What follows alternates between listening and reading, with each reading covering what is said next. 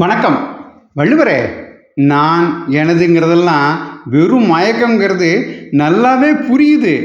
ஆனால் இந்த அறியாமை இருள் அகல என்னதான் வழி வள்ளுவரே? அப்பனே, அதுக்கு நான் எனது உலக விஷயங்களை பெரிதென்று நினைப்பது, இது மாதிரி இந்த மயக்கம் எல்லாம் நீங்கி உண்மையிலேயே நாம் யாருங்கிற மெய்யறிவு மெய்யுணர்வு நமக்கு வந்துருச்சுன்னா நம்மிடம் உள்ள அறியாமை இருள் அகன்று மெய்ஞானங்கிற இன்பமும் அதன் முடிவாக வீடு பேரும் நமக்கு கிடைச்சிடும். அதைத்தான் இருள் நீங்கி இன்பம் பயக்கும் மருள் நீங்கி மாசரை காட்சியவர்க்குன்னு மெய்யுணர்தல் அதிகாரத்தில் 352வது குறளாக எழுதி வச்சேன். சிக்கலான கேள்விக்கு சிறப்பாக பதில் சொல்லிட்டீங்க வள்ளுவரே. இருள் நீங்கி இன்பம் பயக்கும் மருள் நீங்கி மாசரு காட்சியவர்.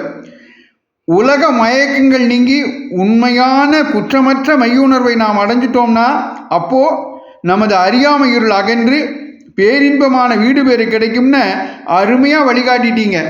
நன்றி வள்ளுவரே. இந்த பதிவு உங்களுக்கு பிடித்திருந்தால் மற்றவர்களுக்கும் பகிருங்கள். தொடர்ந்து திருக்குறள் தெளிவோம் பகுதியை கேட்க பாரதமணி திருநாடு சேனலை சப்ஸ்கிரைப் செய்யுங்கள். நன்றி, வணக்கம், ஜெய் ஹிந்த்.